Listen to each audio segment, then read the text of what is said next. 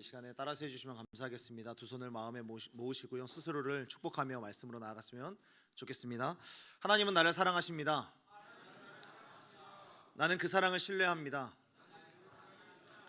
그 사랑이 나를 포기하지 않습니다. 나는 절대로 이전과 같지 않을 것입니다. 이전과 같지 않을 것입니다. 할렐루야, 아멘. 오늘 우리가 함께 읽은 본문 말씀에는 재능을 갖고 있었고 능력을 갖고 있었지만 이루어질 수 없던 꿈을 꾸던 사람들이 등장을 합니다. 바로 고대 도시의 바벨이라고 하는 도시 사람들입니다. 우리 먼저 다시 한번 우리 2절의 말씀을 읽어봤으면 좋겠습니다. 우리 2절의 말씀 다시 한번 읽겠습니다. 시작. 이에 그들이 동방으로 옮기다가 신할 평지를 만나 거기 거류하며. 아멘. 먼저 이 말씀을 통하여서 바벨 사람들의 특징을 우리가 함께 좀 살펴봤으면 좋겠습니다. 바벨, 이 바벨이라고 하는 이 이름은 탑의 이름도 아니고요, 운동기구 중에 하나도 아니고요, 도시의 이름입니다. 바벨 시티. 이 바벨이라는 도시에 어떤 사람들이 살고 있었는지 우리가 함께 좀 살펴봤으면 좋겠는데요. 첫째로 함께 따라서 해주시면 좋을 것 같습니다. 하나님을 피해서 달아난 사람들. 화면 부탁드리겠습니다. 함께 따라서 해주시면 감사하겠습니다. 하나님을 피해서 달아난 사람들. 본문은 먼저 우리가 2절 말씀에서 보았듯이 동방으로 옮기다가 라고 이야기를 하고 있습니다. 여기에서 동방으로 갔다라고 이야기를 하는 이 동쪽, 동방이라고 하는 이 단어는 히브리어로 케뎀이라고 하는 말인데요, 이 말이 창세기 1장부터 11장에 이르기까지 총 5번이 사용이 됩니다. 이 총 5번이 사용되는데 이 히브리어에는 좀 특정한 의미를 갖고 있는데, 동쪽이라는 말이 사용될 때마다 어떤 의미로 사용이 되냐면 모두 에덴을 떠나서 멀리 동쪽으로 갔다라는 그런 의미로 사용이 됩니다. 에덴에서 멀리 떨어진 동쪽. 특히나 가인이 아벨을 죽이고 에덴 동쪽으로 달아났다라고 이야기를 할 때에도 이 동쪽이라는 말을 사용을 하게 되는데, 이때 특별히 가인이 에덴 동쪽으로 갔다라고 이야기를 할 때 창세기 4장 16절에 보면 에덴 동쪽으로 가기 전에 여호와 앞을 떠나서라고 이야기를 합니다. 가인이 여호와 앞에서 떠나서, 여호와를 떠나서 동쪽으로 갔다라고 이야기를 했듯이 오늘 본문도 마찬가지로 여기에서도 이 사람들이 하나님을 떠나서 하나님과 거리를 벌리기 시작했다라는 그런 의미가 담겨져 있는 게 동방으로 옮기다가 라는 그런 말입니다. 특히나 10장 32절의 말씀에 따르면 이들이 어떤 사람의 후손이라고 이야기를 하고 있습니까? 이 사람은 노아의 후손들이라고 이야기를 합니다. 노아의 후손이라는 것은 어떤 말이냐면 은혜가 무엇인지 아는 사람들이었고요, 은혜에 대하여서 자신의 아버지와 자신의 조상들로부터 은혜가 어떤 것인지 알고 있는, 그러니까 하나님의 은혜로 살아남은 그런 생존자의 후예들이었다라는 겁니다. 이러한 사람들이 하나님을 떠나서 동방으로 갔다? 이 내용을 통해서 우리들은 굉장히 중요한 것을 알 수 있죠. 그들이 노아의 후손이긴 했지만 노아의 믿음과 노아의 은혜까지 상속한 것은 아니었다라는 것을 우리들은 알 수 있습니다. 사랑하는 여러분, 반드시 기억했으면 좋겠습니다. 우리가 믿음의 집안에서 태어났다라고 해서 모두가 다 믿음을 상속하는 것은 아니라는 것이죠. 가족뿐만 아니라 우리가 속한 이 교회, 은혜가 충만한 공동체에 속해 있다라고 해서 그 은혜가 다 내 것이 아니라는 것이죠. 생각해 보십시오. 만약에 하나님께서 우리 공동체 안에, 우리 청년팀 공동체 안에 하나님께서 너무나도 많은 은혜를 부어주셔서 모두가 다 뜨겁다라고 가정을 해봅시다. 그렇다고 해서 우리 한 사람 한 사람들이 다 우리 공동체 안에 속했다라고 해서 우리 공동체가 받은 그 은혜, 뜨거운 은혜가 그 한 사람 한 사람 다 받았다라고 우리가 확신할 수 있겠냐는 것이죠. 오늘 말씀은 노아의 후예들이라고 하더라도 노아와 영 딴판으로 살아갈 수 있었다, 노아와 같은 그런 믿음의 사람들이 아닐 수 있다라는 것들을 이야기를 해주고 있는 것이죠.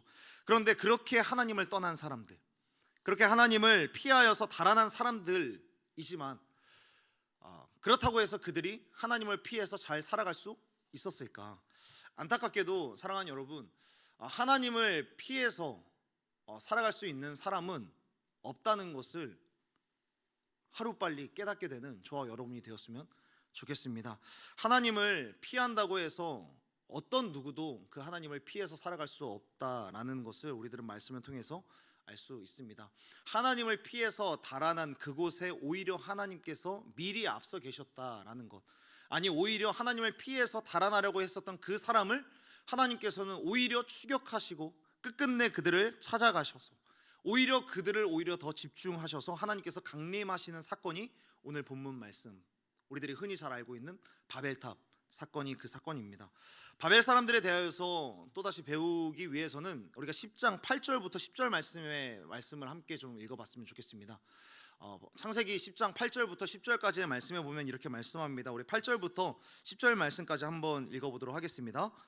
구스가 또 니므롯을 낳았으니 그는 세상의 첫 용사라. 그가 여호와 앞에서 용감한 사냥꾼이 되었으므로 속담에 이르기를 니므롯같이 용감한 사냥꾼이로다 하더라. 그의 나라는 시나일 땅의 바벨과 에렉과 악각과 갈레에서 시작되었으며. 아멘. 바벨 사람들은 둘째로 이런 사람들이었습니다. 함께 따라서 해주시면 감사하겠습니다. 하나님이 없어도 살 수 있다는 사람들. 화면 부탁드리겠습니다. 다시 한번 따라서 해주시면 감사하겠습니다. 하나님을 이게 아니고요. 하나님이 없어도 살 수 있다는 사람들. 함의 자손에게서 니므롯이라고 하는 사람이 나오게 됩니다. 여러분, 함이라고 하는 사람 우리가 2주 전에 한번 살펴보았는데요. 누구의 아들이었죠? 노아의 아들, 축복과 저주를 받았었던 아들들이 있었는데, 축복을 받았었던 셈과는 다르게 저주를 받았었던 함, 그 함의 저주가 여기에서부터 시작이 된다는 것을 알면은 우리들은 하나님 앞에 축복을 받기 위해서 정말 몸부림쳐야 된다는 것을 우리들은 다시 한번 좀 되새기게 되는 것 같습니다. 함의 자손에게서 니므롯이라고 하는 사람이 태어났는데, 이 니므롯이라고 하는 사람은 용사였다라고 성경이 기록을 하고 있습니다. 이 용사라고 하는 단어는 우리들이 흔히 알고 있는 히어로 같은 사람들이 우러러보고 대단하다라고 박수를 치면서 경의를 표하는 사람들이 바로 용사였습니다. 특별히 이 사람이 왜 용사라고 불리냐면 이때 당시에는 사냥을 했기 때문입니다. 사냥을 했다라는 거, 농사와는 다르게 고대 시대로 갈수록 농사를 짓는 사람들보다 사냥을 했던 사람들이 훨씬 더 많은 것이죠. 우리들이 지금 현재에도 농사를 지으려면 천연 화학 비료가 너무나도 많이 필요합니다. 그런데 이런 화학 비료가 발견되기 전, 그리고 개발되기 전까지는 농사를 지어서는 안정적인 수입을 낼 수 없으니까 사람들은 사냥을 하기를 시작을 했던 거예요. 그리고 땅의 영향을 받는 농사보다 사냥이라는 것은 개개인의 사냥꾼의 역량이 훨씬 더 중요하기 때문에 사람들은 뛰어난 사냥꾼을 보면 마치 이 시대의 셀럽처럼 생각을 했던 거예요. 그런데 이 니므롯이라고 하는 사람이 이 사냥을 너무나도 잘하는 것이죠. 그렇기 때문에 사람들이 봤을 때 용사라고 이야기를 하는 겁니다. 그리고 이게 하나님이 보시기에도 참 놀라울 정도로 강한 사냥꾼이었기 때문에 이런 칭호를 받게 되었는데, 그런데 이 니므롯이라고 하는 이 이름의 뜻은 뭐냐면 히브리어로 마라드라고 하는 반역하다라는 의미를 담은 말들이 파생이 돼서 니므롯이라고 하는 이 이름이 된 겁니다. 그러니까 이 니므롯이라고 하는 이 말은 반역자라고 하는 의미를 담고 있는 겁니다. 이 사람은 하나님이 보시기에 참 용감하고 강한 사냥꾼이기도 했지만 반역자 같은 사람이었던 겁니다. 이 사람은 분명 여호와 앞에서 강한 사냥꾼이었지만 히브리어로 여호와 앞에서라는 뜻, 이 말은 사실상 하나님에게 맞서서라는 뜻. 그러니까 이 반역자가 하나님에게 맞서서 나는 하나님의 길을 따르지 않겠습니다, 나는 하나님을 따르지 않고 나는 내 힘으로 살아갈 수 있습니다, 내 인생은 내 것입니다, 나는 강한 사냥꾼이기 때문입니다 라고 이야기를 했었던 사람이 니므롯이었다는 것이죠. 그리고 이 니므롯이라고 하는 사람이 자신의 능력을 과신하면서 사람들을 모아서 우리가 모두가 다 아는 그 일을 하게 되는 겁니다. 이 사람이 바벨 땅이라는 곳에 가서 어떤 일들을 펼치느냐, 11장 3절과 4절의 말씀의 이야기를 펼쳐 나가기를 시작을 하는 겁니다. 우리 11장 3절과 4절의 말씀을 다시 한번 읽어봤으면 좋겠습니다. 함께 읽겠습니다. 시작. 서로 말하되 자 벽돌을 만들어 견고히 굽자 하고 이에 벽돌로 돌을 대신하며 역청으로 진흙을 대신하고 또 말하되 자 성읍과 탑을 건설하여 그 탑 꼭대기를 하늘에 닿게 하여 우리 이름을 내고 온 지면에 흩어짐을 면하자 하였더니 니므롯의 후예들은 이 시날 땅이라는 곳에 바벨이라는 도시를 건설하기를 시작을 했습니다. 그냥 바벨이라고 하는 지명에 성읍을 쌓기를 시작을 하고 특별히 탑을 쌓기를 시작을 하는 겁니다. 도시를 만드는 것뿐만 아니라 성읍을 만드는 것뿐만 아니라 탑을 쌓기를 시작을 하는 거예요. 그렇다면 탑을 왜 쌓았을까? 성을 쌓고 특별히 탑을 쌓은 이유는 이 사람들이 홍수에 대한 트라우마가 있기 때문인 것이죠. 다시 홍수가 찾아와도 우리를 지켜줄 수 있을 만한 그런 탑을 만들자. 하늘에 닿을 만큼 높은 탑을 만들어서 이 시대가 다시 한번 홍수와 같은 재앙을 만나더라도 천재지변을 만나도 우리의 이름을 높이고 우리가 탁월하다라는 것을 증명할 수 있는 것들을 만들자라고 해서 이 탑을 만들게 된 것이죠.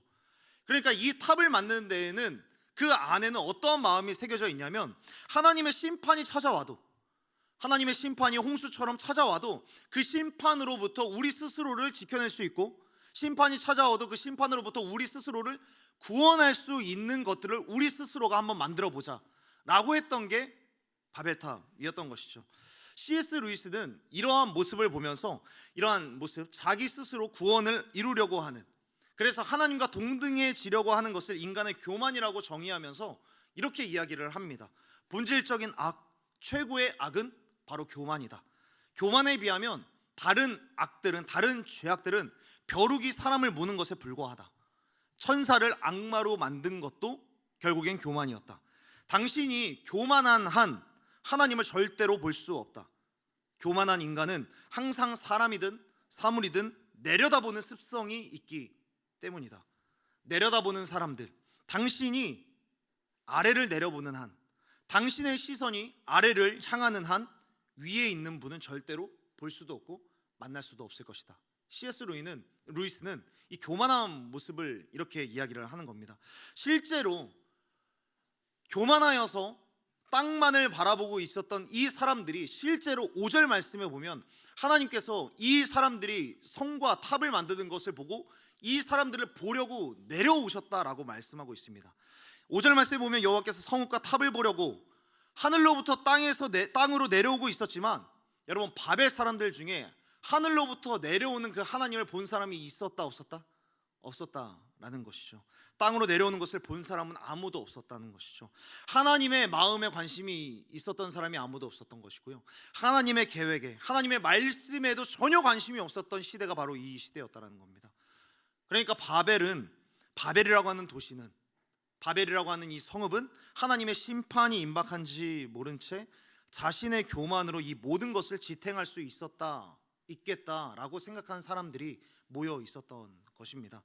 그런데 이 바벨탑 역시 역사적인 사건이지만 이러한 사건이 그대로 담겨져 있는 사건이 현대 역사에도 기록이 되어 있습니다. 1912년 세계에서 가장 위대한 제국으로 꼽혔던 영국이라고 하는 나라가 있습니다. 영국이라고 하는 나라에는 이때 당시에 다른 별명이 한 가지가 있었습니다. 그 별명은 뭐냐면 해가 지지 않는 나라라는 그런 별명을 갖고 있었죠.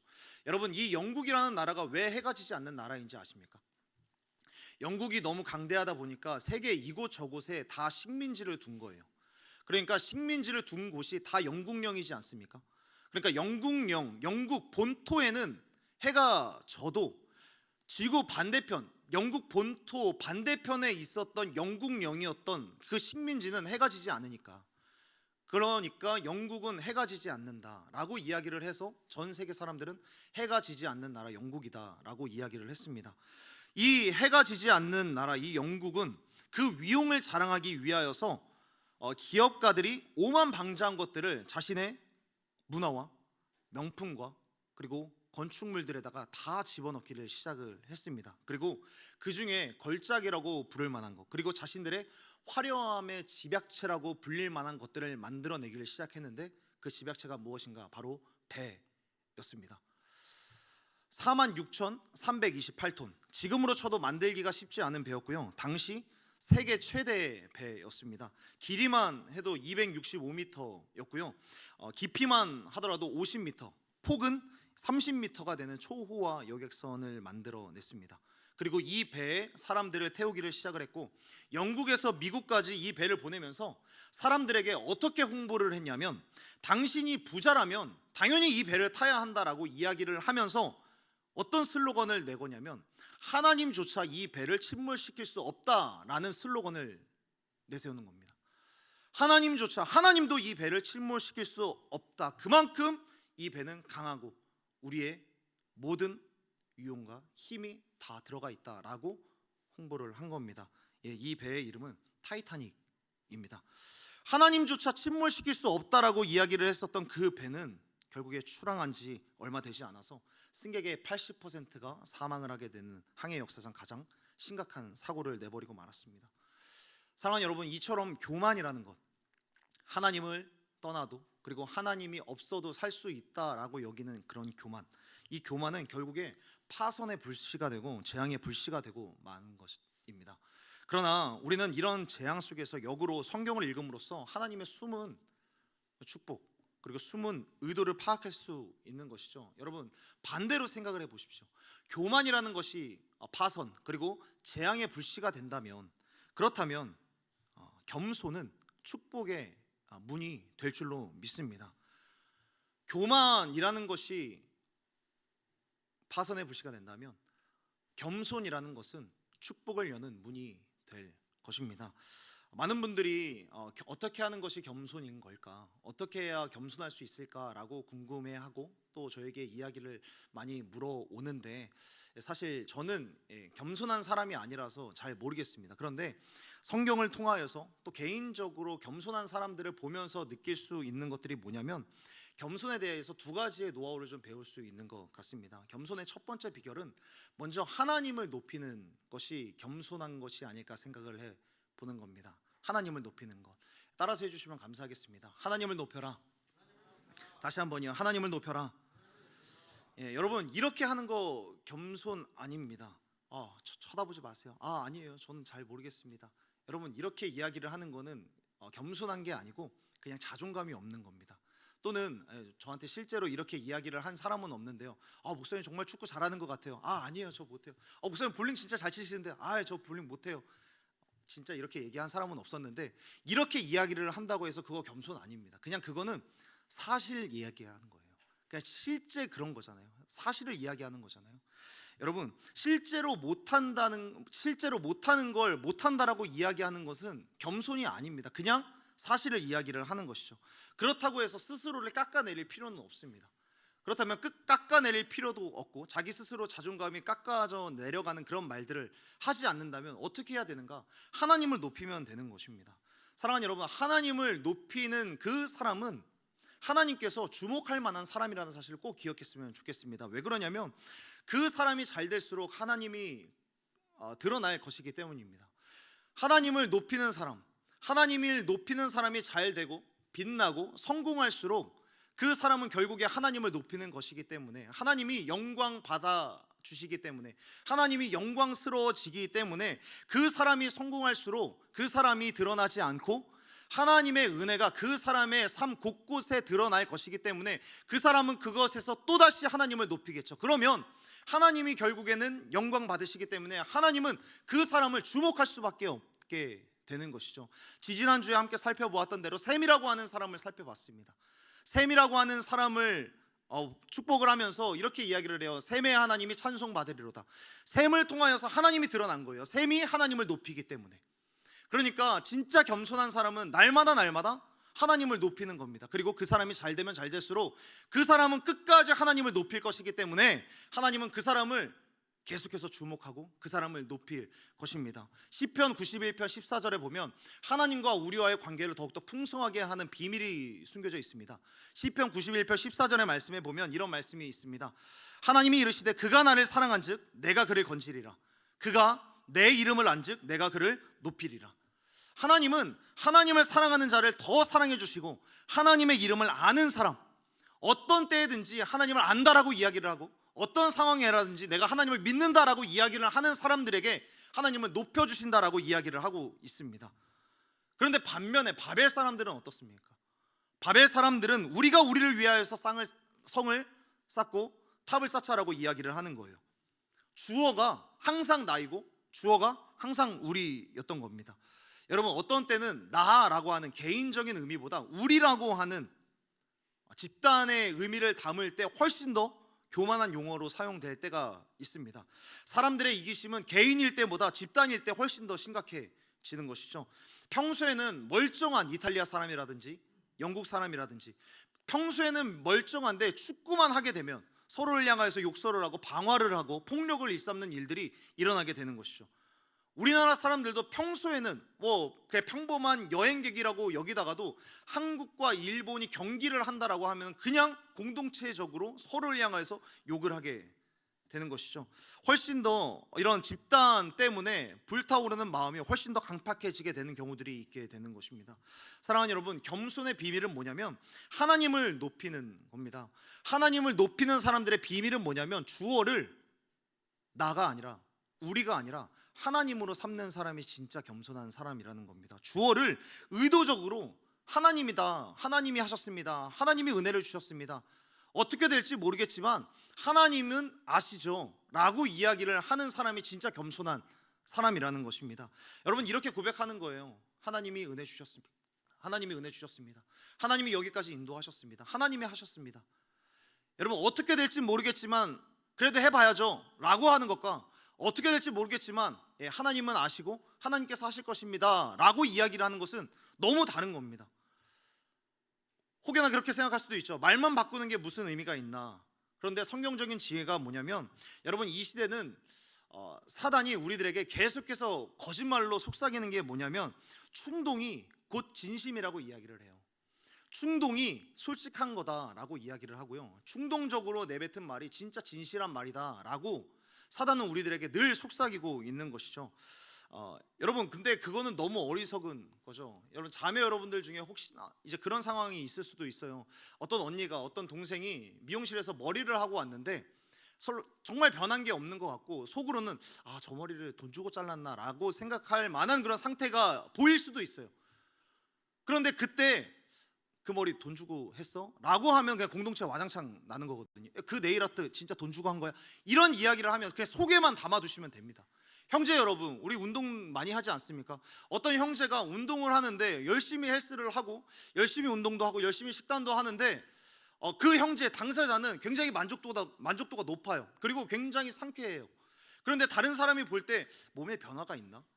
살이 더 찌는 것 같은데 라는 그런 생각이 들 수도 있잖아요. 그렇다고 해서 형은 운동에 재능이 없는 것 같아, 형 그냥 먹는 게 어때? 라고 이야기를 하면 그 사람의 이 말은 그냥 인생에 그냥 화를 불러오는 사람인 것이죠. 여러분, 화나면 화나는 대로, 미우면 미운 대로, 짜증나면 짜증나는 대로 이렇게 말하면 보통은 충동적으로 이야기를 하면 보통은 다 죄를 말하게 되는 것이죠. 그러면 우리들은 어떻게 해야 될까요? 어떻게 해야 될까? 여러분, 말씀에서 시키는 대로 하면 되는 거예요. 말씀에서 뭐라고 이야기를 하냐면, 제가 예전에도 한번 말씀드렸던 것 같아요. 할렐루야라고 하는 이 단어가 야는 여호와를 뜻하는 것이고요, 할렐루는 찬양하라, 명령어인 것이죠. 시키는 대로 하는 겁니다. 말씀이 시키는 대로, 성경이 시키는 대로, 하나님이 시키는 대로, 그리고 그렇게 시키는 대로 하다가 훈련하다가 훈련 받는 대로 계속해서 시도해 보는 겁니다. 내 감정은 그렇지 않지만, 내 본능은 그렇지 않지만 찬양하라 라고 말씀하고 있으니까 내가 찬양해야겠구나, 감정대로 한다 라고, 진실하다 라고 이야기를 하지 않는 거예요. 감정대로 하는 게 진실한 거야 라고 사단은 끊임없이 이야기하지만 아니요, 그렇게 이야기를 하지 않는 것이죠. 훈련받은 대로, 순종하는 대로 계속해서 해야 되는 겁니다. 사랑하는 여러분, 말이 왜 중요하냐면 하나님은 말씀을 통하여서, 말씀으로 세상을 창조하셨습니다. 이거는 뭘 보여주냐면 하나님은 우리의 말을 통하여서도 역사하실 수 있는 여지를 남겨주시고 보여주시는 겁니다. 우리의 말에도 이러한 창조적인 역사가 있다. 나는 그리고 너의 말을 사용해서 이룰 것이다. 우리 아까 민정자매가 기도할 때 처음에 읽었었던 이사야의 말씀에도 말씀하고 있죠. 너의 말을 내가 듣고 그것을 이룰 것이다. 하나님께서는 모든 말들을 들으시고 그 말대로 이루실 것을 이미 다 준비하고 계시고, 이미 다 지금도 우리의 말을 들으시고 그 말대로 계속해서 일하시고 역사하고 계신다는 사실을 반드시 믿으시는 저와 여러분이 되었으면 좋겠습니다. 사랑하는 여러분, 우리들은 하나님의 형상이기 때문에 반드시 말을 바꿔야 됩니다. 이 말을 바꾸게 되면요, 인격이 바뀌게 되고요, 인격이 바뀌면 결국에는 우리의 인생이 바뀌게 되는 줄로 믿습니다. 하나님을 이렇게 나의 주어, 나의 인생의 주어로 바뀌고 나의 모든 말의 주어로 바꾸게 되면, 진짜로 고백하게 되면 진짜 하나님께서 우리의 인생을 운행해 가시고 우리의 인생을 운전해 가시고 우리의 인생을 인도해 가시는 줄로 믿습니다. 하나님께서 노아의 뱃머리에 타셔서 노아의 이 방주를 움직이셨던 것처럼, 사람은 조향 장치를 통하여서 움직이지만 하나님께서는 그 해류를 사용하셔서 사람은 할 수 없는 일들을 하나님께서는 친히 하시면서 우리들의 삶을 인도해 가신다라는 겁니다. 그렇기 때문에 사랑하는 여러분, 의도적으로라도 신경 쓰셔서 하나님이 하셨습니다, 하나님이 은혜를 주셨습니다 라고 말할 줄 아는 우리 사랑하는 청년들이 다 되기를 예수님의 이름으로 축복합니다. 그런데 여러분, 이것보다 훨씬 더 중요한 게 있는데요, 하나님이 하셨습니다, 하나님께서 은혜 주셨습니다 라고 고백하는 사람의 이 이야기를 듣고 비웃지 마십시오. 오늘 혹여나 그런 청년들이 있지 않을까 기대해 봅니다. 설교가 끝나고 하나님이 은혜 주셨어요, 하나님이 여기까지 인도해 주셨고 하나님이 나와 함께 하십니다 라고 이야기를 하자마자, 야, 너 지금 설교 들었다고 그대로 따라하는 거야 라고 하지 마십시오. 여러분, 그렇게 말하는 사람은 그래도 나름대로 영적인 도약을 이루려고 하는 그 사람을 짓밟는 사단의 편에 서는 사람이 되는 거라는 것을 여러분들이 반드시 기억했으면 좋겠습니다. 그래서 이러한 말들을 들었을 때에도 조금 오그라들어도 그래도 말씀 들은 대로 적용하려고 애쓰는구나, 진짜 본능과 상관없이 축복을 내가 해줘야겠다 라는 그런 마음을 갖고 축복해 주면, 너 진짜 말씀 들은 대로 사는구나 라고 이야기를 한다면 하나님께서는 오히려 그 축복의 말을 듣고 그 사람에게도 축복해 주실 줄로 믿습니다. 바벨 사람들은 하나님 없이도 살아갈 수 있다라고 말한 반면, 하나님의 사람은 하나님을 주어로 이야기를 하고 하나님을 주어로 높이는 그런 사람, 그런 겸손한 사람들이 바로 하나님의 사람인 줄로 믿습니다. 겸손의 첫 번째 비결이 이런 하나님을 높이는 사람이라면, 두 번째 비결은 어떤 사람이냐면 함께 하는 사람을 높여주는 사람들입니다. 여러분, 겸손이라는 것은 하나님을 높이고요, 함께 하는 사람을 높이는 사람인 거예요.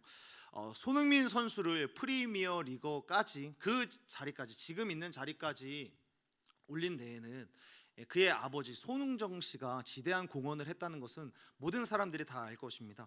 이 손흥정 씨는 축구에 대해서도 반드시 가르쳤고, 그러나 축구를 하는데 그 마음가짐, 태도에 대해서도 굉장히 식견을 가지고 있었던 사람이었습니다.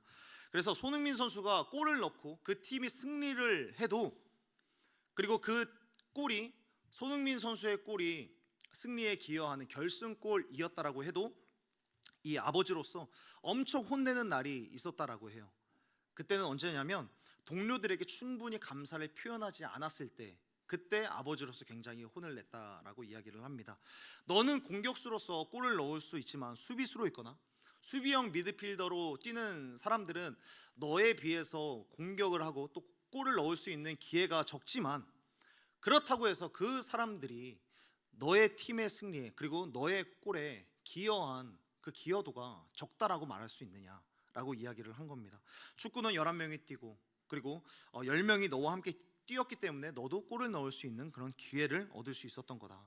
그러니까 세레머니를 해도 좋지만 세레머니를 하기 전과 후에 반드시 너의 동료들에게 감사 표현을 해라 라고 주문을 했던 겁니다. 이게 손흥민 선수가 어렸을 때에는 이러한 이야기를 들어도, 어렸을 때니까 흥분이 막 되고 기쁨에 도취되어 있었는데, 그때마다 관중석에 앉아있는 아버지가 보이는 거예요. 그래서 그날은 혼났다 라고 생각을 하고 혼난 적이 몇 번 있었던 거죠. 그런데 그런 일들이 많이 있다 보니까, 그러니까 강제로라도 나는 기쁨에 도취되어 있고 나는 흥분해 있지만 그럼에도 강제로 감사한 적이 굉장히 많이 있었대요. 그런데 그러다 보니까 이게 습관이 되고 사람들에게 항상 감사 인사를 하는 것을 놓치지 않았다라고 합니다. 그런데 이게 영국 프리미어 리그 같은 경우에는 자의식 과잉과 같은 그런 문화가 있거든요. 자기만 잘난 거예요. 그래서 제가 개인적으로 필포든이라는 선수를 굉장히 안 좋아하는데, 자기가 제일 잘하는 거예요. 그러니까 다른 사람들을 인정해주지 않는 그런 일들이 있는 것이죠. 내가 잘해서 내가 이렇게 한 거야 같은 선수들이 굉장히 많이 있는 거예요. 그런데 손흥민 선수는 그 프리미어 리그 안에서도 항상 동료들에게 감사하고 동료들에게 늘 표현을 하니까 팀마다 동료들이 손흥민 선수를 좋아하게 되는 일들이 일어나고, 그렇게 하다가 대화를 하게 되고, 대화를 하면서 전술적인 이야기들도 같이 하다 보니까 팀워크의 상승 효과가 있게 된다라는 것이죠. 사랑하는 여러분, 우리의 인생도 마찬가지인 것 같아요. 내 인생에서도 간혹 골을 넣는 것만 같은 그런 순간이 반드시 있을 겁니다. 무언가가 잘 되거나 하나님의 은혜가 드러나는 그 순간, 내가 무언가를 성취해서 하나님을 높여야만 하는 그 순간, 그런데 그 순간에 나와 함께하는 사람들도 생각나게 되는 여러분이 되기를 예수님의 이름으로 축복합니다. 함께하는 사람들을 반드시 떠올리고 그 사람들에게도 영광을 돌릴 수 있어야 되는 겁니다. 그런데 반대의 경우들도 있겠죠. 반대의 경우, 내가 골을 넣는 사람보다 내가 다른 이들을 빛나게 해주는 경우들이 생기게 됩니다. 내가 누군가를 빛나게 해주는 사람, 남을 빛나게 해주는 사람, 패스 하나로도 전 세계 축구를 호령했었던 그런 지네딘 지단 같은 그런 선수, 다른 사람이 활약할 수 있도록 패스를 해주고 다른 사람들을 세워주는 그런 경우들도 우리의 삶 가운데는 여러 번 있는 것이죠. 그렇기 때문에 사랑하는 여러분, 스스로 빛나지 않는다라고 해서 애석하게 생각하지 않았으면 좋겠습니다. 진짜 인플루언서는 스스로 빛나는 사람이라기보다는 다른 사람들이 불타오를 수 있도록 촉매제가 되는 그런 사람이 아닐까 생각을 해보게 되는 거예요. 그러니까 빛나느냐 빛나지 않느냐보다 훨씬 더 중요한 것은 지금 나와 함께하는 사람들이 더 뜨거워지고 있고, 지금 나와 함께하는 사람들이 일을 더 열심히 하고 있고, 나와 함께하는 이 팀이 어떤 결과를 내고 있는가, 나와 함께하는 이 사람들이 어떤 성장을 이루고 있는가, 이것이 훨씬 더 중요하다는 겁니다. 그렇기 때문에 사랑하는 여러분, 여러분들이 겸손에 대해서 잘 배울 수 있기를 예수님의 이름으로 축복합니다. 당신이 스스로 빛나지 않아도, 여러분들이 스스로 빛나지 않아도 다른 사람을 빛나게 해주는 그런 사람이 되기를 예수님의 이름으로 축복합니다. 내가 나서든 내가 나서지 않든, 내가 보이든 보이지 않든 함께하는 사람이 더 나은 사람이 되게 하는 그 길이 진짜 리더의 길이며 하나님의 쓰임받는 사람인 줄로 믿습니다. 이것이 특히나 또 연애하는 사람들, 연애를 잘하는 사람들의 비결이 아닐까 생각을 해보게 되는 거예요. 여러분들을 만난 자매가, 여러분들을 만난 그 형제가 여러분 때문에, 당신 때문에 더욱더 빛날 수 있게 된다면 그게 훨씬 더 행복하지 않을까요? 당신을 만난 것 자체가 상대방에게 축복이 될 수 있게 된다면 얼마나 좋을까. 사랑하는 여러분, 그렇기 때문에 여러분들의 인생 가운데 하나님의 이름을 날마다 주어로서 높이는 사람이 되기를 예수님의 이름으로 축복합니다. 먼저는 하나님을 빛나게 하십시오. 먼저는 하나님을 빛나게 하시고, 그리고 주변 사람들을 빛나게 할 줄 아는 그런 사람이 되었으면 좋겠습니다. 그렇게 다른 사람들을 빛나게 할 줄 아는 사람이 된다면 하나님은 분명히 여러분들은 바벨탑과는 다른 삶을 살게 하실 줄로 믿습니다. 바벨 사람들은 이렇게 하나님을 피해서 달아난 사람들이었고, 또한 두 번째로 하나님 없어도 살아갈 수 있다라고 생각하는 그런 사람들이었습니다. 또 이 바벨 사람들에 대한 세 번째 특징은 뭐냐면, 따라서 해주시면 감사하겠습니다. 기술과 문화를 악용한 사람들. 다시 한번요. 기술과 문화를 악용한 사람들. 바벨 사람들은 오늘 본문에 보면 벽돌을 만들었다라고 이야기를 합니다. 이때에도 벽돌이 있었고, 그냥 자연석 아무런 모양으로 벽돌이 아닌 다른 돌로 그냥 집을 짓는 그런 형태가 다 있었던 것 같습니다. 그런데 자연석이라든지 벽돌이 아닌 아무 돌로 집을 짓게 되면 그러한 집은 조금만 흔들리고 균열이 나면 금방 무너지게 되겠죠. 우리가 약수터라든지 산에 가면은 그냥 아무렇게나 쌓여있는 돌탑이 있지 않습니까? 그냥 그걸 한번 치면은 와르르 무너지듯이 그런 식으로 집을 짓는 사람들이 있었고, 오늘 본문에 이 사람들은 벽돌로서 지었다라고 이야기를 합니다. 그런데 벽돌이라는 것은 뭐가 다르냐면 규격이 있는 것이죠. 그러니까 레고처럼 착착 맞물리면서 올라가듯이 서로 부품이 맞물린 것처럼 규격이 정해져 있기 때문에 차곡차곡 쌓아 올려지게 되는 것입니다. 아파트를 짓거나 상가를 지을 때에도 여러분, 대한민국의 벽돌 규격이 몇 개가 되지 않기 때문에, 똑같은 규격이 있기 때문에 같은 규격으로 계속해서 크게 쌓아 올리게 되면 그게 튼튼하게 잘 짓게 되는 겁니다. 그런데 여기에서 더 중요한 건 뭐냐면, 이 사람들은 또 역청까지 만들어내는 거예요. 역청을 사용했다라고 이야기를 합니다. 역청이라는 것은 아스팔트와 같은 그런 끈적한 어떤 접착제 역할을 하는 것이죠. 벽돌을 쌓고 사이사이에 역청을 발라서 견고하고 몇 층이 되는 그런 건물을 만들 수 있게 되는 거예요. 이 말씀을 보면서 이 바벨 도시에는 건축 기술의 비약적인 발전이 계속해서 생겨나고 있었다라는 거예요. 건축 기술의 비약적인 발전과 그 도시 안에서 이러한 문화들이 하나씩 차츰차츰 생겨나기를 시작을 했던 겁니다. 외형만 단단해지는 게 아니라, 외형만 견고해지는 게 아니라 그 안에서 사람들이 살고 있었던 문화, 기술이 계속해서 성장하고 있었다라는 겁니다. 그런데 여러분, 한번 생각해 봅시다. 벽돌을 만들고 벽돌을 사용해서 이러한 기술을 사용하는 것, 기술을 사용해서 건물을 짓는 게 여러분 나쁜 겁니까? 이런 기술을 사용하는 게, 벽돌을 만들고 벽돌로 집을 짓고 역청을 사용하는 게 과연 나쁜 겁니까? 기술이나 문화가 발전하는 것 그 자체만으로는 우리들은 나쁘다라고 이야기를 할 수 없습니다. 그러면 반대로, 그러면 그게 선한 겁니까? 선하다라고도 할 수 없는 것이죠. 기술과 문화라는 것은 그냥 그 자체만으로도 가치 중립적인 의미가 있는 것이죠. 모든 기술과 문화에는 양면이 있습니다. 좋을 수도 있고 나쁠 수도 있는 겁니다. 예를 들어서 칼이라는 것도 어떤 요리사가 이 칼로 요리를 하여서 사람들에게 기쁨과 행복을 줄 수 있다면 이 칼은 선한 도구가 되는 겁니다. 그런데 이 칼이 사람을 해치는데 칼이 쓰여지면 나빠지는 것과 같은 그런 원리인 겁니다. 모든 기술이, 모든 문화가 사실 다 이런 것이죠. 자동차가 생기고 석유 에너지를 활용하면서 수많은 사람들이 도시 외에도 사람들이 거주할 수 있는 그런 비약적인 도약을 만들어냈습니다. 거주지가 멀어도 출근을 할 수 있게 되고 도시가 발전하기 시작을 했죠. 그런데 자동차가 늘어날수록 뭐가 증가합니까? 온실가스가 증가를 하게 돼서 기후 이상이 생겨나게 되고, 그래서 매년마다 이런 뉴스가 나옵니다. 서울에서 장마라는 말이 사라질지도 모른다. 해마다 폭풍 같은 호우가 쏟아져서 수해를 감당하기가 어려울 지경이 될 수도 있다. 그리고 우리나라가 동남아와 같은 날씨를 갖게 될 수도 있다라는 그런 뉴스가 매해마다 쏟아져 나오는 겁니다. 또 더 끔찍한 것은 핵연료, 핵이라는 것, 핵연료를 통해서 핵 발전소를 세워서 엄청난 효율의 에너지를 얻을 수도 있는데, 이 핵에너지라는 것이, 이 핵폭탄이 전 세계에 어느 정도를 가지고 있냐면, 핵폭탄에, 전 세계가 보유하고 있는 이 핵폭탄의 5%만 터져도 전 세계가, 전 지구가 멸망한다라고 이야기를 합니다. 그러니까 지구에 있는 모든 인류를 20번이나 멸망시킬 수 있는 핵폭탄이 있는데, 또 새로운 핵에너지를 계속해서 개발하는 그런 문명 속에 우리들이 살아가고 있는 것이죠.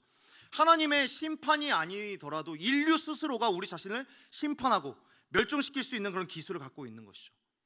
이런 기술에는 이러한 측면이 있는 거예요. 유익한 측면도 있고 해로운 측면도 있게 되는 것. 이것뿐만이 아니죠. 미술과 음악은요. 미술 역시도 사람에게 위로를 주는 미술이 있을 뿐만 아니라 사람들에게 우울함과 또는 혼란스러움을 주는 미술도 있게 되고요. 음악 같은 경우도 사람에게 늘 우울하게 하고 또 그 사람의 마음을, 그 사람의 기분을 침체하게 만드는 음악이 있을 뿐만 아니라 반대로 사람을 즐겁게 하고 기쁘게 하고 또 감사하게 만드는, 그리고 사랑을 고백하게 만드는 그런 노래도, 그런 음악도 있게 되는 것이죠. 영화도 마찬가지죠. 그런데 바벨의 사람들은 이 기술과 문화를 어떻게 사용을 한 겁니까? 하나님을 대적하는 데 사용을 한 겁니다. 그렇기 때문에 사랑하는 여러분, 기술이든 문화든 재능이든 여러분, 이런 것들은 크기보다 방향이 훨씬 더 중요하다는 사실을 우리들은 꼭 기억해야만 하는 것입니다. 여러분, 수많은 청년들이 재능의 크기와 실력의 크기가 날마다 늘어나기를 기도를 합니다. 나의 실력, 나의 어떤 전공에 대한 실력, 그리고 내가 직장에 다니고 있는 이 학식과 이 지식들이 좀 늘어났으면 좋겠다.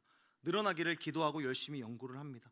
더 나은 음악 기술을 갖고자, 더 탁월한 영상 기술을 가지길 원합니다. 더 높은 토익 점수를 원하게 되죠. 더 좋은 학벌이나 더 많은 연봉을 구하게 됩니다. 그런데 여러분, 정말 그렇게 한다고 해서, 정말 그렇게 된다고 해서 그 자체로 축복일까?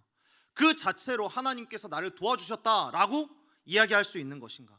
정말 중요한 것은 그 도구를 갖고 내가 무슨 일을 꾸고 있고 내가 무슨 일을 하느냐가 훨씬 더 중요한 겁니다. 그것을 주시면 하나님께서 여러분에게 음악적인 재능을 주시고, 여러분들에게 학식을 넘치도록 주시고, 여러분들에게 영상의 기회를, 여러분들에게 음악적인 기술을 훨씬 더 많이 주시고, 여러분들에게 여러분들이 가고 싶은 학과나 회사에 가게 해주시면 여러분들은 그것을 통해서 무엇을 하시려고 하십니까? 여러분들이 원하는 연봉을 하나님께서 도와주셔서 내가 그 연봉을 받게 된다면 여러분들은 그 연봉으로 무엇을 꿈꾸고 계시고 무엇을 계획하고 있습니까? 사랑하는 여러분, 여러분의 인생 가운데 하나님이 내게 능력을 주시면 무엇을 할 것인가의 그 방향에 대한 고민, 그 비전에 대한 고민들 계속해서 해나갈 수 있는 저와 여러분이 되었으면 좋겠습니다. 바벨 사람은 정리하면 하나님을 피하여서 달아나 하나님 없이도 살아갈 수 있다라고 장담했었던 니므롯이라고 하는 그 사람의 후예들이었습니다. 심지어 자신에게 주어진 기술과 문화, 그것을 발전시키면 발전시킬수록 그 재능과 기회를 하나님을 위하여서 사용하는 것이 아니라 하나님과 맞서서 하나님을 대적하는 데에 사용했습니다. 그들은 하나님 없이 날마다 번영하는 도시의 내일을 그렸습니다. 그러나 타이타닉이 침몰하는 것처럼 그들은 결국에는 이루어질 수 없는 꿈을 꾸는 사람들이었다는 겁니다. 이러한 삶을 살아갔었던 그 바벨 사람들, 하나님께서는 그 사람들을 어떻게 하십니까? 여러분, 하나님께서는 그 바벨탑, 오늘 본문에 봐도 하나님께서 그 바벨탑을 허물어뜨리셨다라는 그런 기사가 없습니다. 여러분, 바벨탑을 허물어뜨리지 않고 그냥 그대로 내버려 두신 거예요. 그대로 내버려 두셨다는 것은 뭐냐면 미완성의 흉물로 남겨두셨다는 거예요. 여러분, 북한에 가면 류경 호텔이라는 호텔이 있습니다. 류경 호텔이라고 하는 이 호텔은 크기도 크기고요, 높이도 높이고, 네, 그 모양 자체가 굉장히 특이한 거예요. 그냥 삼각형으로 이루어져 있는데 밖에도 이제 LED 전광판으로 굉장히 휘황찬란하게 만들어 놨습니다. 그런데 문제는 뭐냐면 호텔입니다. 그리고 이 외형도 너무나도 삐까뻔쩍합니다. 그런데 문제는 뭐냐면 그 안에 객실들이 완성이 되지 않은 거예요. 그리고 그 안에는 전기가 들어오지 않는 거예요. 롯데타워만한 그 건물에 밖에 LED 전광판으로 김정은 장군 만세 이런 것들 틀어놓는 겁니다. 전력 낭비이고 건축력 낭비인 것이죠. 그리고 그렇기 때문에 그걸 갖고 뭐라고 이야기를 하냐면 위상과 위협이 생각나는 게 아니라 그냥 세계적인 조롱거리다라고 외신들은 평가를 하게 되는 겁니다. 사랑하는 여러분, 하나님은 바벨탑을 그냥 미완성인 채로 버려뒀습니다. 여러분, 건물에게 있어서 정말 끔찍한 것은 건물은 그대로 남겨져 있는 게 훨씬 더 끔찍한 겁니다. 그냥 폐가로 남겨져 있는 게 훨씬 더 끔찍한 거죠. 무너지기라도 했으면 그 자리에 다른 건물들을 세울 수 있는데 그대로 놔둬버리는 거예요. 미완성의 흉물로 그냥 놔버려 두는 겁니다. 그리고 하나님은 그 바벨탑을 그 후대의 사람들에게 계속해서 영원토록 박제시켜 버린 겁니다. 그들의 꿈은 결국에 이루어지지 않았고 그냥 미완성인 채로 영원토록 남겨져 있는 거죠. 사랑하는 여러분, 만약에 우리도 바벨의 사람들처럼 하나님 없이도 살아갈 수 있다, 하나님을 피해서 나는 달아날 수 있다 라고 생각을 한다면, 또는 내게 주어진 재능과 내게 주어진 기회와 내게 주어진 타이틀로 내 인생의 내일을 만들 수 있다 라고 생각한다면, 또는 내가 갖고 있는 학문과 예술과 기술의 재능이 나의 인생의 안녕과 평안을 보장해 준다라고 생각한다면 여러분, 너무 죄송합니다. 여러분들의 그 꿈은 영원히 미완성인 채로 남겨져 있을 겁니다. 그렇게 생각한다면 여러분의 내일은 여지없이 흔들릴 것입니다.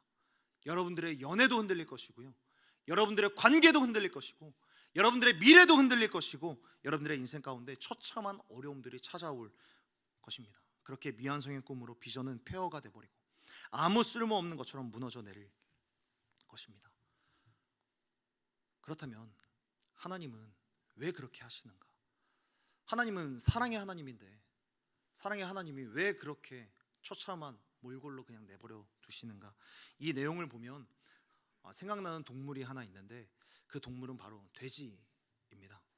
여러분, 돼지를 보면 얼굴이 어디를 향해 있습니까? 돼지를 보면 그 얼굴이 앞을 보고 있는 것도 아니고 위를 볼 수 있는 것도 아니고 늘 땅을 향해 있는 겁니다. 그리고 그게 돼지에게 유리하다고 합니다. 이 돼지를 보면 목뼈 자체가 굉장히 심각한 거북목 환자인 거예요. 그리고 이 머리를 언제나 땅으로 하고 있는 거예요. 그게 왜 돼지에게 유리하냐면 고구마나 감자를 파기 위해서는 너무나도 안성맞춤인 그런 체형인 겁니다. 머리가 땅을 향해 있으니까 돼지를 토굴성 동물이라고 이야기를 하죠. 눈앞에 있는 것만 반응하고 땅만 쳐다보는 거예요. 그리고 고개를 못 드니까 하늘도 못 보게 되는 것이고, 그런데 이런 돼지도 하늘을 바라보게 될 때가 있는 거예요. 그때가 언제냐면 이런 책의 제목도 있죠. 돼지는 넘어져야 하늘을 본다.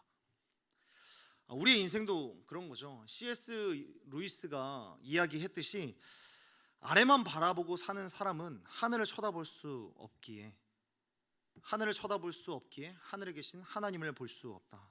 하늘을 보지 못하고 계속해서 바벨탑만 쌓는 그런 사람들, 노아와 자기 아버지 그 조상들에게 홍수에 대해서 듣고 또 들었을 텐데 천하의 산들까지 다 잠길 만큼 엄청난 그 대홍수의 이야기를 들으면서도 이 사람들은 계속해서 땅만 바라보면서 바벨탑을 쌓고 있는 거예요. 그런데 아이러니한 것은 뭐냐면 이들이 그렇게 바벨탑을 쌓았다라고 해서 그게 과연 높은 건물인가?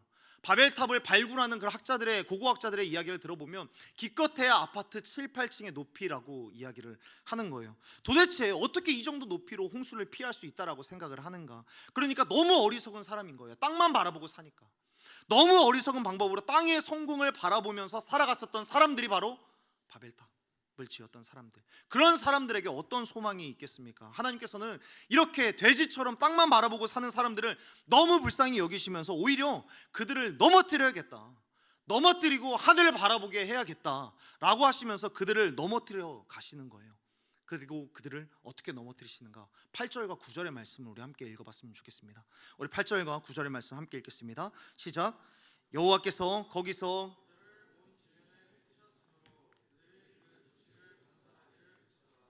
그러므로 그 이름을 바벨이라 하니 이는 여호와께서 거기서 온 땅의 언어를 혼잡하게 하셨음이니라.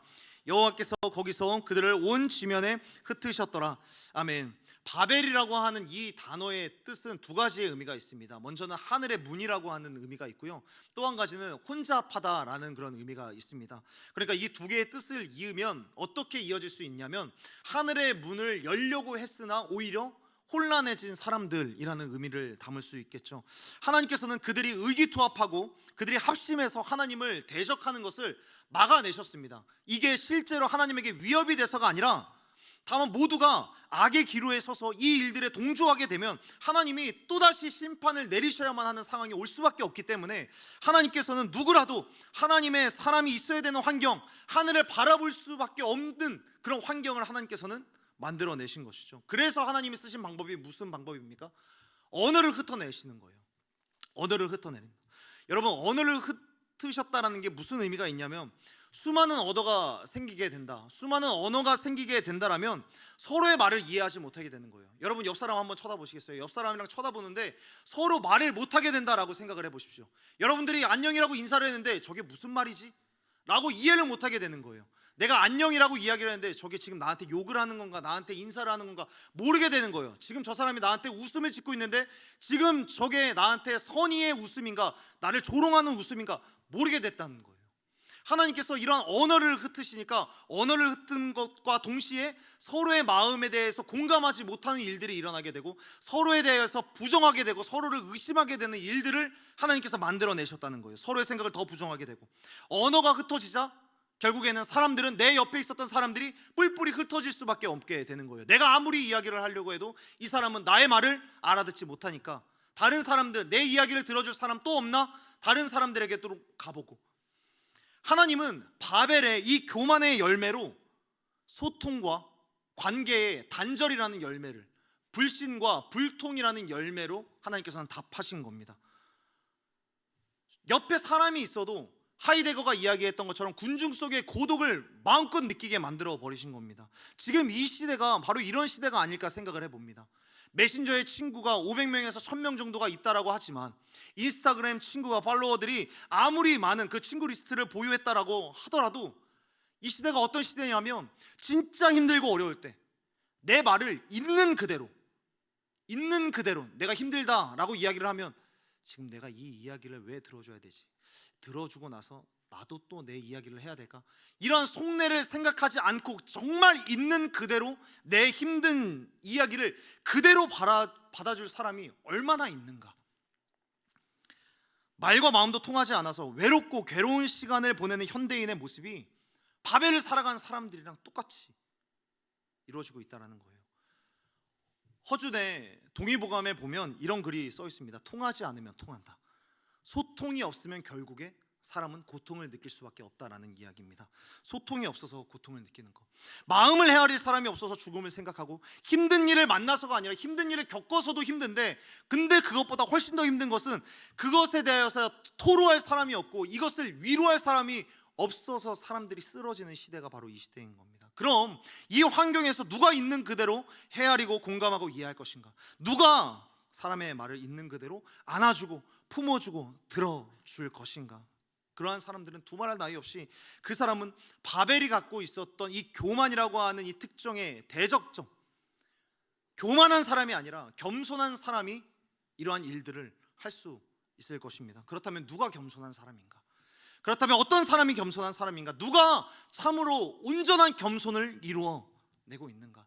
누가 진짜 겸손하게 하나님께 영광을 올려드리고 있으며, 누가 이러한 시대 속에서 아무도 말하지 않고 누구도 내 이야기를 듣지 못하고 누구도 내 힘든 것들을 받아주지 않는 그 시대 속에서, 이 시대 속에서 누가 다른 이들을 빛나게 해주는가? 다른 이들을 빛나게 해줄 만한 사람이 과연 있는가? 사람들의 마음은 다 갈기갈기 찢어졌는데 그런 사람들을 받아줄 사람은 과연 존재하는가? 여러분, 그런 사람이 과연 존재하겠습니까? 여러분, 없는 것 같지만 있습니다. 그분이 누굽니까? 그분이 바로 우리 구주 예수 그리스도십니다. 바벨탑은 땅에서 하늘에 닿겠다고 땅을 쌓다가 폐허가 되어버렸지만, 오히려 우리 예수님께서는 그들을 불쌍히 여기셔서 완전한 하늘에서 흩어진 사람들을 향하여서 내려오셨습니다.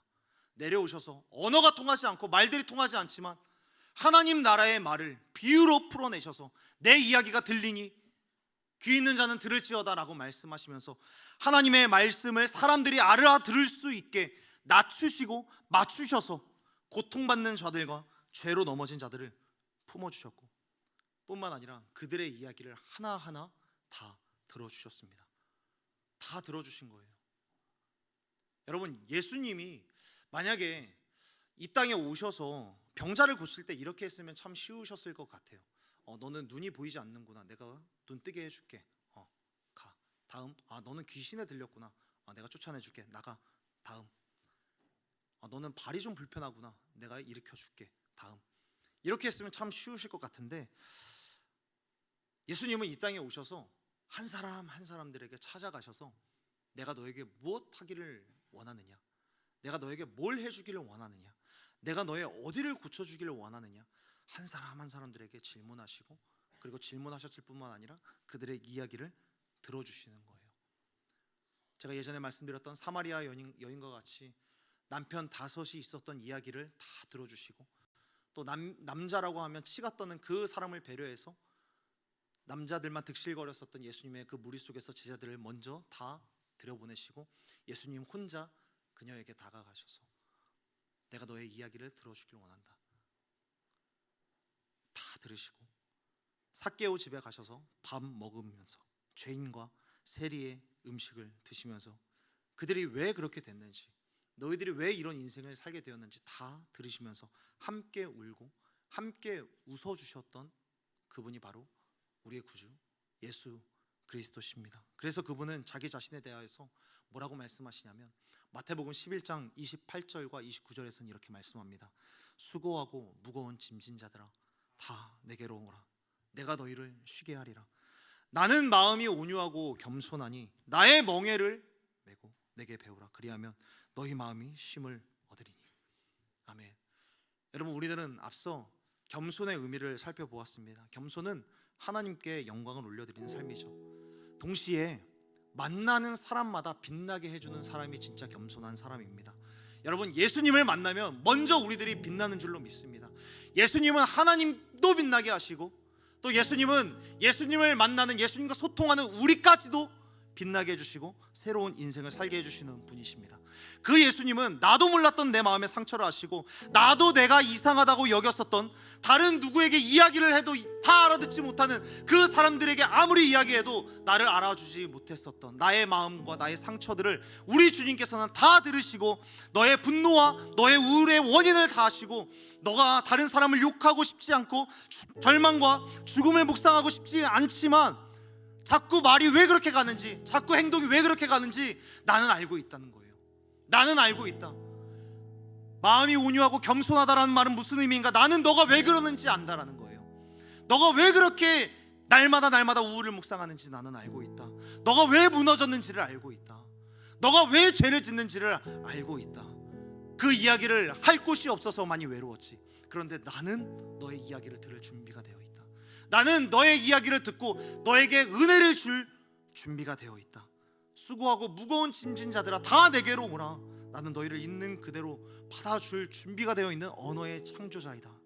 다른 이들은 너의 말에, 너의 아픔에 사인이 맞지 않고 시그널이 맞지 않는다라고 해서 다 흘려듣지만 나는 너를 빛나게 할 준비가 되어 있다. 예수님은 지금도 겸손한 모습으로 우리를 초청하고 있는 것입니다. 사랑하는 여러분, 간절히 소원하고 축복합니다. 여러분이 이 청년의 때에 바벨과 같은 이 세상 속에서 예수님과의 소통을 반드시 이뤄내는 청년들이 되기를 예수님의 이름으로 축복합니다. 예수님은 지금도 바벨과 같은 이 세상에 오셔서 내게로 오라라고 말씀합니다. 아무도 너의 내면을 들여다보지 않고 이해하지 못한다라고 할지라도, 그러나 나는 너를 받아줄 준비가 되어 있다. 나는 너를 빛나게 할 준비가 되어 있다. 나는 너를 빛나게 할 것이고, 너를 통하여서 오히려 다른 사람들이 빛나게 하는데 내가 너를 쓸 것이고, 너를 통하여서 하나님이 영광 받는 데에 내가 너를 회복시켜 줄 것이고, 내가 너를 일으킬 것이다. 그러니 너는 나와 소통하기를 원한다. 사랑하는 여러분, 그 주님을 만나 힘과 위로를 얻게 되는 여러분이 되기를 예수님의 이름으로 축복합니다.